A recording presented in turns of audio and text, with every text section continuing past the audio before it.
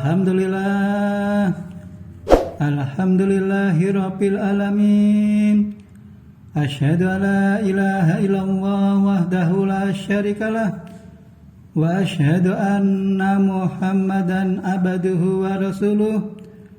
Allahumma salli wa sallim wa barik ala nabiyyina Muhammad wa ala alihi wa sahbihi ajmain wa man tabi'ahum bi ihsani ila yaumiddin.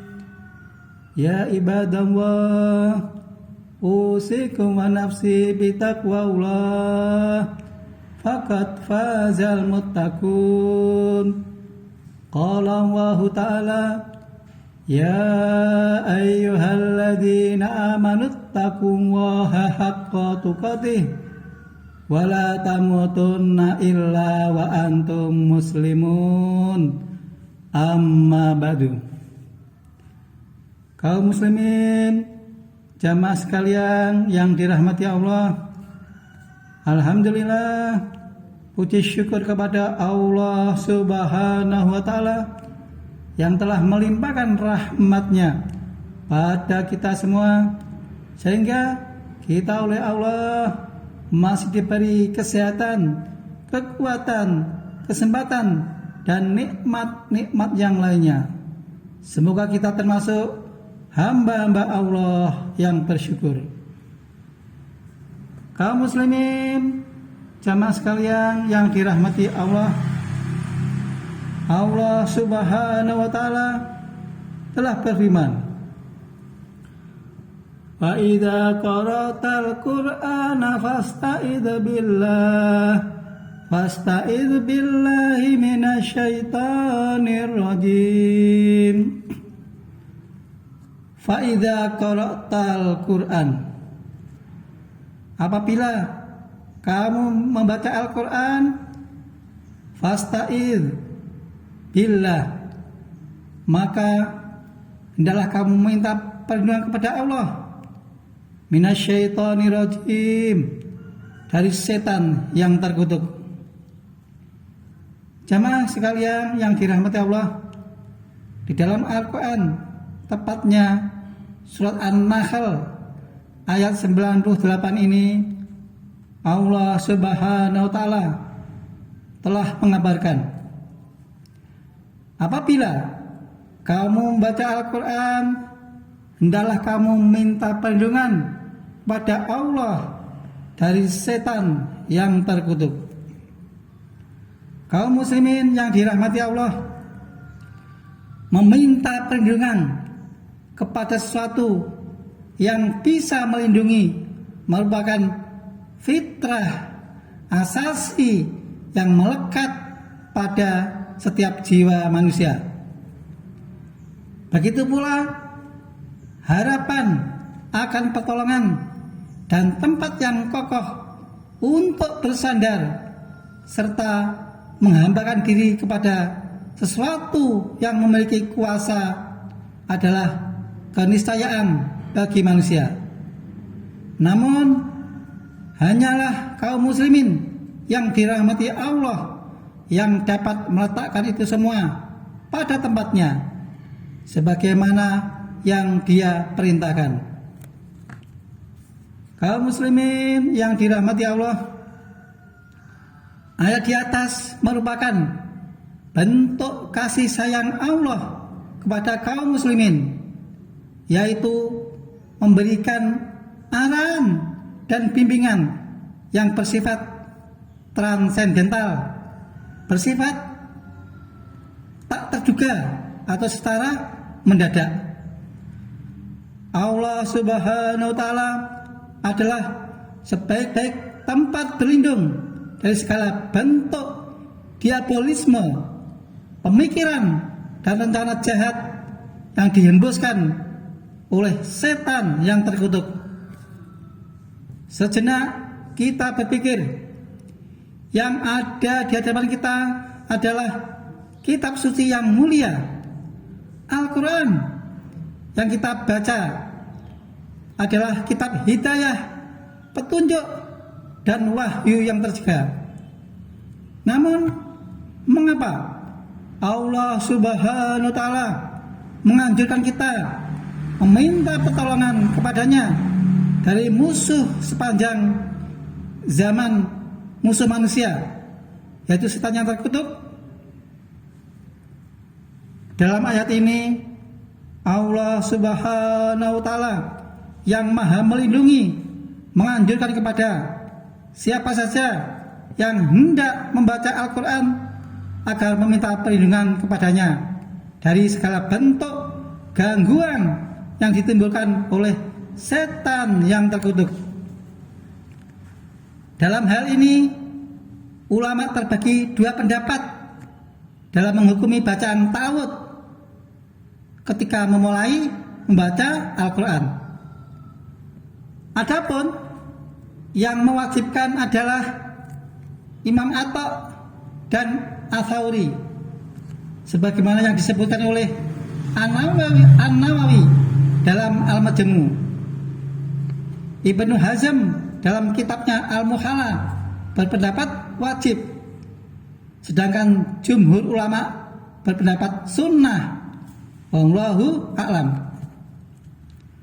Imam Ar-Rafi'i, imam besar mazhab Syafi'iyah, menyatakan dalam kitabnya Al-Aziz Syarah Al-Wajiz bahwa sebagian ulama Syafi'iyah membuat sebuah konsensus setelah melakukan validasi dan elaborasi terhadap teks-teks hadis yang terkait dengan masalah ini, bahwa lafal ta'awudz yang terbaik adalah A'udzu billahis samiil alim minasyaitonir rajim.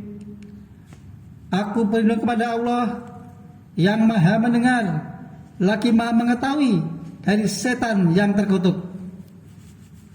Kemudian Al-Qadiyat juga menyatakan lebih baik ada penambahan redaksi ta'awudz dengan lafal berikut: min hamzihi wa nafthihi wa nafsihi, dari bisikannya, kesombongannya, dan dari tiupan mantra-mantranya, sehingga bacanya menjadi A'udzu billahis samiil alim minasyaitonir rajim min hamzihi wa nafthihi wa nafsihi. Aku berdoa kepada Allah yang Maha mendengar lagi Maha mengetahui dari setan yang terkutuk, dari bisikannya, dari kesombongannya, dan dari tiupan mantra-mantranya. Kaum muslimin yang dirahmati Allah, kata setan dalam Al-Quran diulang-ulang sebanyak 88 kali, yaitu 53 kali dalam periode Makkiyah dan 35 kali dalam periode Madaniyah. Adapun makna dari kata asyaiton adalah penamaan bagi semua makhluk yang memiliki karakter sombong. Dinamakan setan disebabkan kesombongannya dalam menerima kebaikan. Dalam bahasa Ibrani, setan adalah lawan atau musuh yang harus dijauhi.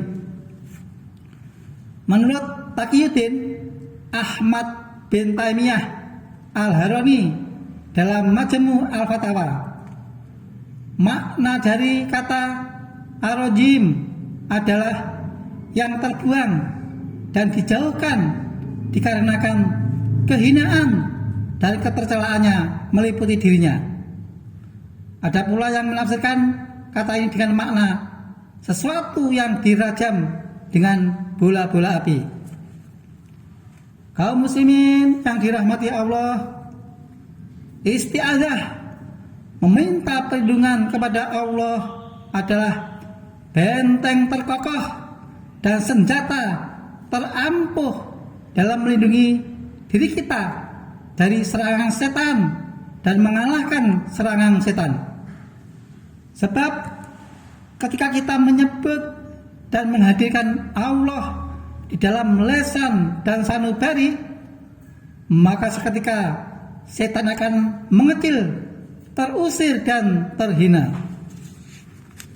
Kaum muslimin yang dirahmati Allah, isti'adzah, meminta perlindungan kepada Allah, sangat diperlukan oleh seorang hamba, meskipun hamba tersebut akan melakukan kebaikan. Sebagai contohnya dalam ayat di muka, yaitu membaca Al-Quran. Tidak ada yang meragukan bahwa membaca Al-Quran adalah sebuah aktivitas mulia. Tetapi sekedar membaca dan mengetahui saja tidaklah cukup. Sejumlah intelektual banyak yang justru melakukan distorsi agama, pengujian agama dari hasil pembacaannya terhadap ayat-ayat Al-Quran. Banyak pula di antara mereka yang disebut agamawan malah menjadi pengasong gagasan sekularisme, inklusivisme, pluralisme, dan sejumlah ide-ide liar dalam ideologi setelah mereka berinteraksi dengan sejumlah teks Al-Quran. Hal ini terjadi karena mereka memiliki karakter dasar yang melekat pada diri setan, yaitu aba, yang artinya membangkang, istakbara, yang artinya menolak kebenaran dan meremehkan manusia, dan fasaqo an amri rabbi, yang artinya melawan perintah Tuhannya. Kaum muslimin yang dirahmati Allah, para ulama salaf, ulama terdahulu telah mewariskan goresan pena yang sangat bermanfaat dalam menjelaskan tipu daya setan dan melejang cincang entitas setan dalam kehidupan manusia. Ibnu Al-Qayyim misalnya dengan karya Ighatsatu Al-Lahfan atau kitab Talbis Al-Iblis yang dikarang oleh Ibnul Jauzi, seorang ulama kesohor. Namun upaya yang dilakukan setan tidaklah main-main dalam menjerumuskan, menyesatkan manusia ke dalam kehinaan dan kebinasaan, siksaan api neraka.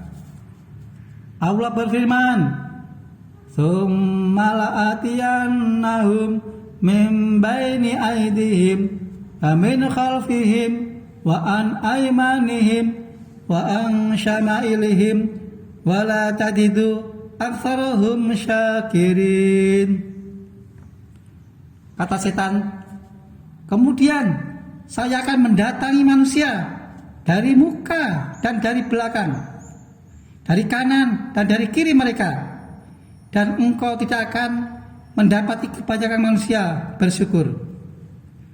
Quran Surat Al-A'raf ayat 17. Kaum muslimin yang dirahmati Allah, Ibnu Abbas radhiyallahu anhu menafsirkan, datangnya godaan setan berupa sejumlah keraguan yang berkaitan dengan akhirat. Sedangkan setan menggoda dari muka, maknanya adalah memperkenalkan manisnya gaya hidup hedonis. Menggoda dari belakang, maknanya menancapkan bahwa akhirat adalah sebuah cerita bohong, dongeng bohong. Menggoda dari kanan, maknanya membentuk konsep diri bahwa orang lain tidak ada yang melebihi kesolehanku, tidak secerdas aku, dan orang lain tidak sebaik diriku. Lewat jalan seperti itulah setan menghancurkan amal soleh seorang hamba. Sedangkan godaan yang datang dari kiri, yaitu setan, membuat indah dan lezat kedurhakaan kepada Allah Subhanahu wa taala. Alergi dan anti terhadap kebenaran bahkan mereka melakukan pengerusakan Islam atas nama pembaruan. Kaum muslimin yang dirahmati Allah, dari orang tersebut maka tampaklah penting mengucapkan isti'adzah, meminta perlindungan kepada Allah dari gerak laju kehidupan. Alangkah beruntungnya apabila kehidupan ini disesak padati karunia yang membawa berkah. Betapa mempesonanya apabila setiap waktu yang berlalu ada pahala yang direstui, ada tobat yang diterima, dan semuanya ini dapat terwujud selama kita dilindungi Allah dari godaan setan yang terkutuk. Mudah-mudahan Allah Subhanahu wa Ta'ala melimpahkan rahmatnya pada kita semua, sehingga kita masuk ke dalam golongan hamba-hambanya soleh, hamba-hamba bertakwa, hamba-hambanya yang senantiasa dilindungi Allah, diselamatkan Allah dari godaan setan yang terkutuk. Mudah-mudahan oleh Allah diberkahi hidup kita, diberkahi keluarga kita, diberkahi anak keturunan kita, diberkahi rezeki kita, diberkahi urusan kita, diberkahi bangsa dan negara Indonesia ini. Mari kita tutup dengan doa kafaratul majlis. Subhanakallahumma wa bihamdik, asyhadu an la ilaha illa anta, astaghfiruka wa atubu ilaik. Assalamualaikum warahmatullahi wabarakatuh.